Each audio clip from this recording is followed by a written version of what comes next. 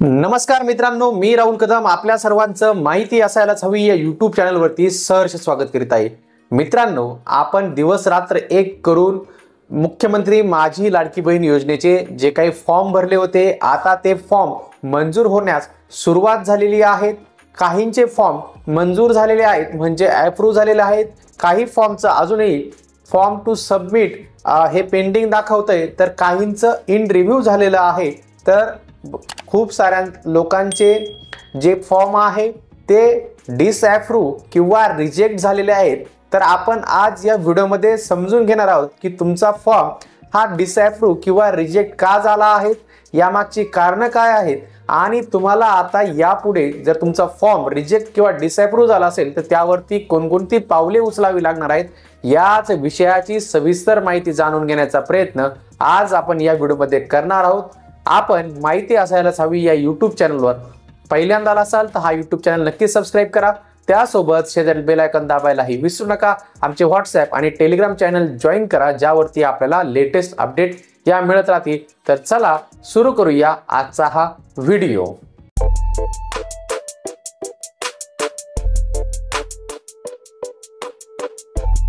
या व्हिडिओमध्ये सविस्तरपणे तुमचे फॉर्म रिजेक्ट का झालेले आहेत हे प्रत्येक स्क्रीनशॉट पाहून आपण समजून घेणार आहोत। तर आता आपण व्हिडिओमध्ये एक एक स्क्रीनशॉट हा समजून घेऊया। जो आता आपल्या समोर दिसतोय स्क्रीनशॉट, तो म्हणजे जो फॉर्म व्हेरीफाय झाला इन पेंडिंग टू सबमिट असं दाखवतंय।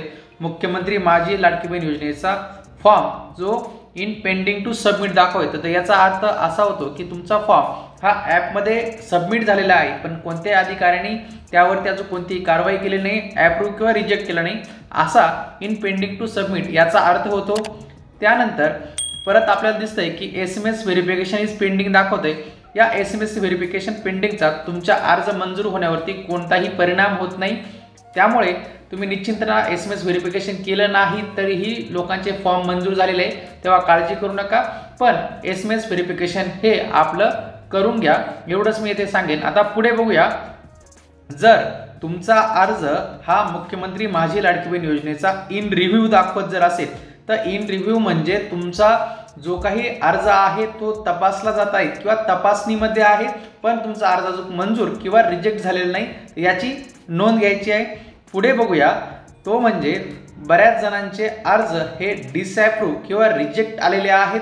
त्याची कारणं काय काय आहेत ते आता आपण समजून घेणार आहोत। जर आपल्या अर्जासमोर जर अशा पद्धतीने डिसअप्रूव्ह जर लिहून आलेला असेल, तर आपला अर्ज हा डिसअप्रूव्ह केलेला आहे, पण आपल्याला अर्ज एडिट करण्याचा आणि परत कागदपत्रे सबमिट करण्याचा हा चान्स मिळणार आहे। तर आपण पुढे बघूया की जे काही अर्ज आहे ते रिजेक्ट होण्याची कारणे कोणकोणती आहेत।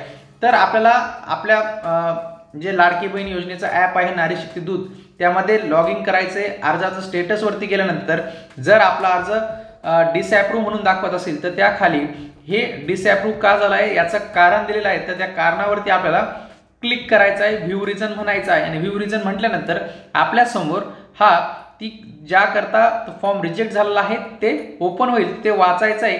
आणि परत ज्यावेळेस तुम्ही नवीन फॉर्म भरणार आहात किंवा फॉर्म एडिट करणार आहात, तर या गोष्टींची ते काळजी घ्यायची, नाही तर परत आपला फॉर्म हा रिजेक्ट होऊ शकतो। तर जो हा पहिला फॉर्म जो रिजेक्ट झाला आहे, त्याचं जे काही सर्व रिजेक्शनचं जे काही रिझन दिलेलं आहे, ते म्हणजे हा जे काही सदर अर्जदार आहेत ते केंद्र सरकारच्या आणि राज्य सरकारच्या 15,000 रुपये, केंद्र सरकारच्या किंवा राज्य शासनाच्या 1500 रुपये किंवा त्यापेक्षा अधिक रकमेचा हे जो काही अर्जकर्ता आहेत त्या लाभ घेत आहेत, त्यांचा अर्ज यामुळे रिजेक्ट झालेला आहे। त्यानंतर पुढचं जे रिजेक्शनचं किंवा रिजेक्ट करण्याचं जे रिझन आहे ते त्यांनी इतर कारणामध्ये दिलेले आहे, ते म्हणजे आधार कार्ड आणि अर्जाची जी स्पेलिंग आहे त्या स्पेलिंग मिस्टेक केलेल्या आहेत, त्यामुळे आपला अर्ज हा नामंजूर झालेला आहे। त्याकरता आपण अर्ज भरत असताना एकदा दोनदा तीनदा तो अर्ज वाचा आणि मगच फायनल सबमिट करा, असं मी इथे सांगेल। आणि जर आपल्या आधार कार्ड आणि इतर कागदपत्रांवरील जर नावे वेगळी असतील, तर ती नावे अगोदर ती व्यवस्थित करून घ्या। 31 ऑगस्टपर्यंत मुदत आहे, अजून 1 महिन्यापर्यंत तुम्ही फॉर्म भरू शकता। तर फॉर्म भरण्यासाठी कोणतीही घाई करू नका, पण आपला अर्ज भरताना काळजीपूर्वक भरा। पुढे बघूया, जे काही आहेत आता इथं जे रिजेक्शनचं रिझन दिलं आहे ते म्हणजे आधार नॉट अपडेटेड, म्हणजे आधार कार्ड अपडेट केलेलं नाही आहे किंवा आधार कार्डमध्ये चुका आहे किंवा आधार कार्ड खूप दिवस झाले तर परत रिव्हेरीफाय केले गेलेले नाही. दर 5 ते 10 वर्षामध्ये तुमचं आधार कार्ड हे आधार सेंटरमध्ये जाऊन व्हेरीफाय करणं गरजेचं आहे. तुमचे बायोमेट्रिक आणि डोळ्याचे आयरिस देणं तिथं आपलं बंधनकारक आहे, तरच तुमचं आधार कार्ड हे अपडेटेड आहे असं समजलं जातं. जर आपलं आधार कार्ड अपडेटेड नसेल तर अगोदर अपडेट करा आणि मगच मुख्यमंत्री माझी लाडकी बहीण योजनेचा फॉर्म तुम्हाला भरायचा आहे. तर पुढे बघूया.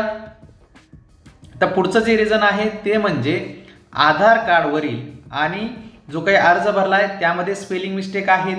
जर आधार कार्डवरती ज्या नावाने तुमचं नाव आहे तसेच नाव तुम्ही फॉर्म भरताना ज्या डिटेल्स भरता आहात ते टाकायचं आहे. कोणती स्पेलिंग मिस्टेक करू नका आणि अर्जाची भाषा ही इंग्रजीच वापरा. तुमचा फॉर्म हा रिजेक्ट होणार नाही.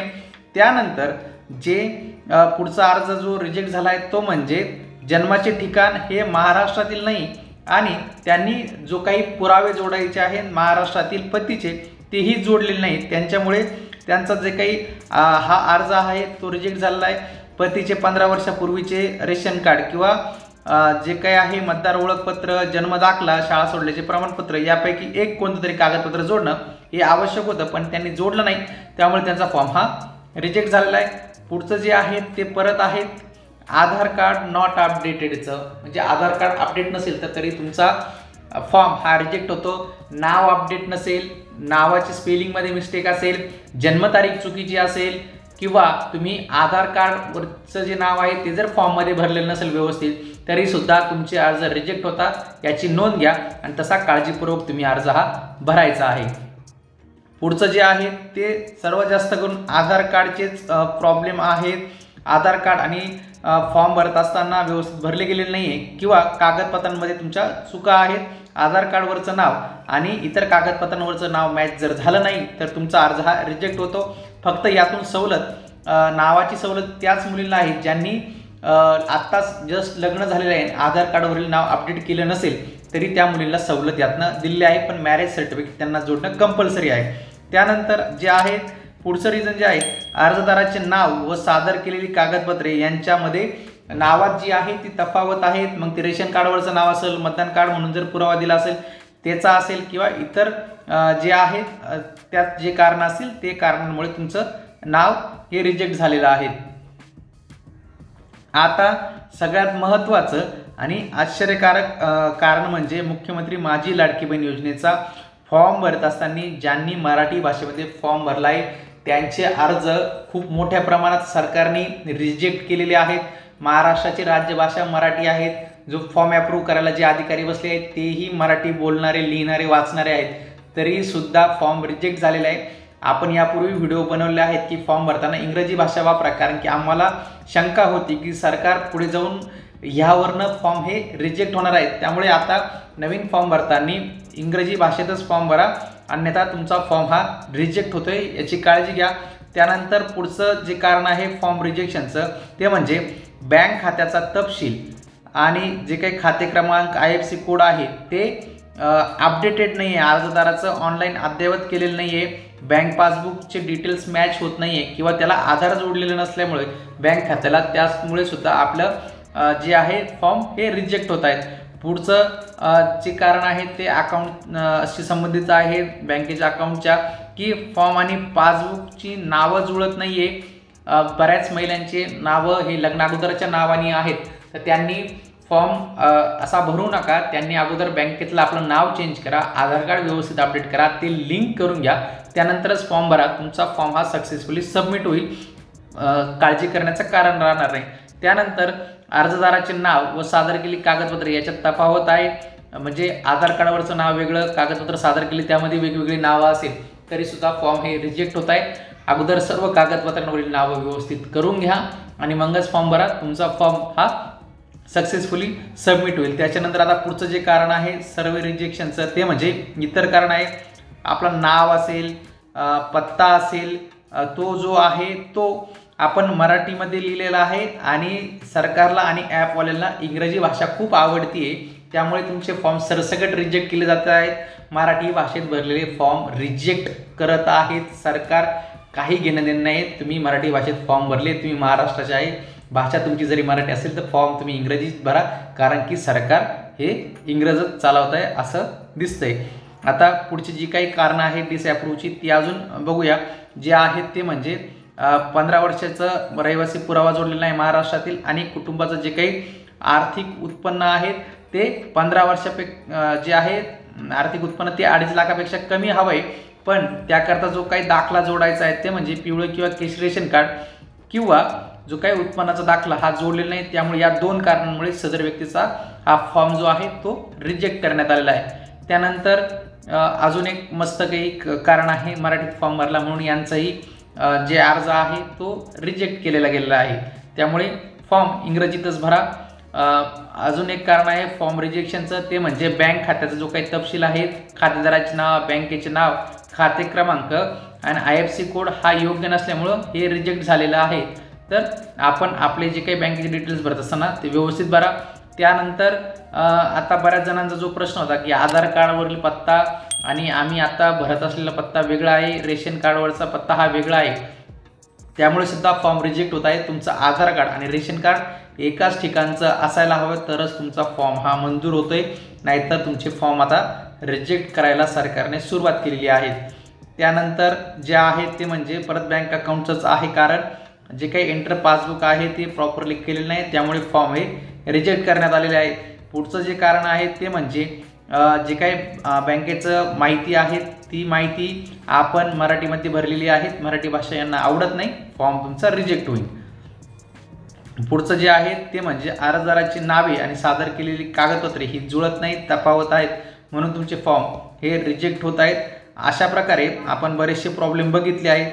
ते म्हणजे अर्जदाराचं पासबुक असेल किंवा 15 वर्षापूर्वीचे जे काही पुरावे आहेत किंवा उत्पन्नाचे दाखले जोडलेले नाही आहे, आधार कार्डवरची माहिती जी आहे ती अपडेटेड नाही आहे, नावामध्ये बदल आहे, बँकेत असेल, आधार कार्डवरती असेल किंवा कागदपत्रांवरती नावामध्ये थोडाफार जरी बदल असेल तरी तुमचे फॉर्म रिजेक्ट केले जात आहेत. फॉर्म मराठीमध्ये जरी भरले तरी तुमचे फॉर्म रिजेक्ट करत आहेत. ते फॉर्म तुम्हाला इंग्रजीत भरायचे आहेत, एवढी काळजी घ्या.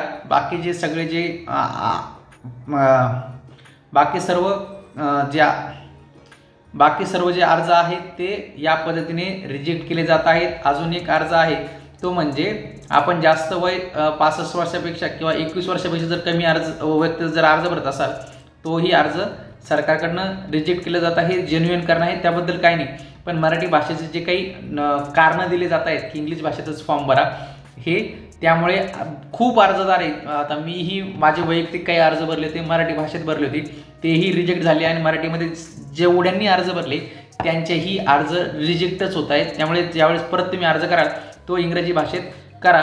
त्यानंतर जे आहेत या सदर व्यक्तीने हमीपत्राच्या त्रुटी आहेत, हमीपत्रामध्ये त्यांनी बरोबरची किंवा फुलीची खूण केलेली नाही आहे योग्य पर्यायाजवळ, त्यामुळे त्यांचं हमीपत्रावरून हे रिजेक्ट केलेलं आहे.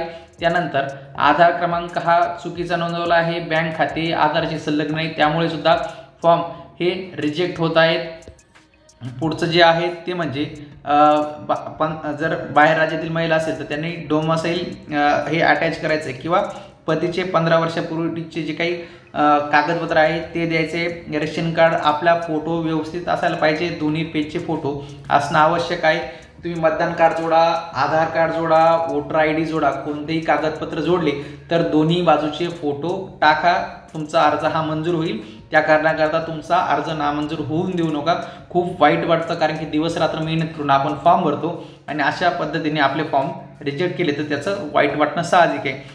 ते हमीपत्रावरती सही नाही आहे आणि IFSC कोड चुकीचा आहे, म्हणून या व्यक्तीचा फॉर्म हा रिजेक्ट झालेला आहे. त्यानंतर जी आहे मराठीमध्ये फॉर्म भरला चालणार नाही, फॉर्म सरळ रिजेक्ट केला जाईल. त्यानंतर पुढचं जे कारण आहे ते म्हणजे अर्जदाराचा पत्ता आधार कार्डनुसार नसल्याने हे रिजेक्ट केलेला आहे. आधार कार्डवरचा पत्ता वेगळा आहे, चालणार नाही, तुमचा फॉर्म भरू नका, फॉर्म रिजेक्ट करण्यात येईल. त्यानंतर हमीपत्र जर जोडलं नसेल तर फॉर्म रिजेक्ट होईल, ते तुमचं मस्ट आहे, हमीपत्र जोडणं तुम्हाला आवश्यक आहे. त्यानंतर form should be fill as per Aadhaar कार्डवरतील जशी नाव आहे तेच इंग्रजीमध्ये नावं तुम्हाला टाकायची आहे, नाही टाकली फॉर्म तुमचा रिजेक्ट केला जाईल. अशी खूप सारे कारणं आहेत मित्रांनो, बऱ्यापैकी सर्व कारणे आपण कव्हर केलेली आहेत. जरी तुमचे काही अजून वेगळी कारणं असतील किंवा प्रश्न असतील तर नक्कीच कमेंट बॉक्समध्ये विचारा. आपण तुमच्या कमेंटला उत्तर देण्याचा प्रयत्न नक्की करू. आपल्याला आजचा हा व्हिडिओ आवडला असेल, आपण माहिती असायलाच हवी या यूट्यूब चॅनलवर पहिल्यांदा आला असाल तर हा यूट्यूब चॅनल नक्की सबस्क्राईब करा. त्यासोबत शेजारी बेल आयकॉन दाबायला हे विसरू नका. तुमचे अजून काही वेगळे स्क्रीनशॉट असतील, प्रश्न असतील तर तुम्ही आमच्या टेलिग्राम आणि व्हॉट्सॲप चॅनलवरती ते शेअर करा. तुमची नक्कीच मदत करण्याचा प्रयत्न करू. भेटूया पुढील व्हिडिओमध्ये. धन्यवाद.